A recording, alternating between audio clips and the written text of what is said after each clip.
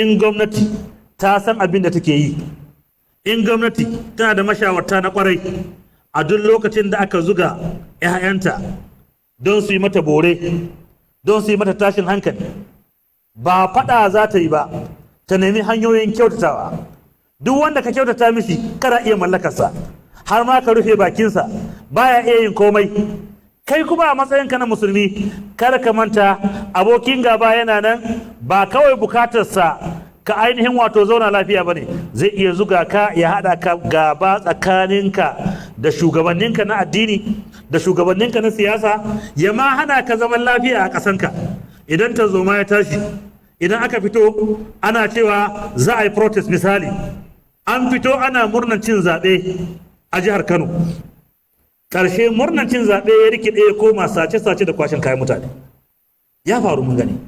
To ya in aka ce za a fito a yi zanga-zangar lumana, ƙarshe bai zai iya komawa. Akwai ɓata gari ciki, za su iya fitowa su yi abin da za su iya yi don kawo tashin hankali ga al'umma. Shi yasa kullum ka zama mai hankali, kar a sadado da irin bukatar da kake da shi, a so ma zuga ka ga kaza sai ka shigo, amma mai wannan zuga kan yana da manufa don ya fidda kai daga zaman lafiyar da Allah ya maka. Kai kuma da ka zamanto shugaba, ka zama mai hankali, kada haɗa ka gaba da al'ummar da suka zaɓe ka, suna ƙaunanka.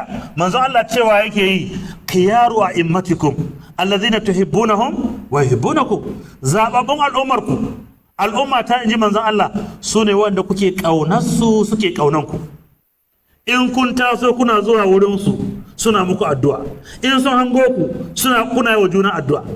Yayin da al'umma suka zaɓi gwamnati suna ƙaunarta, suna sonta, suna mata fatan alkhairi.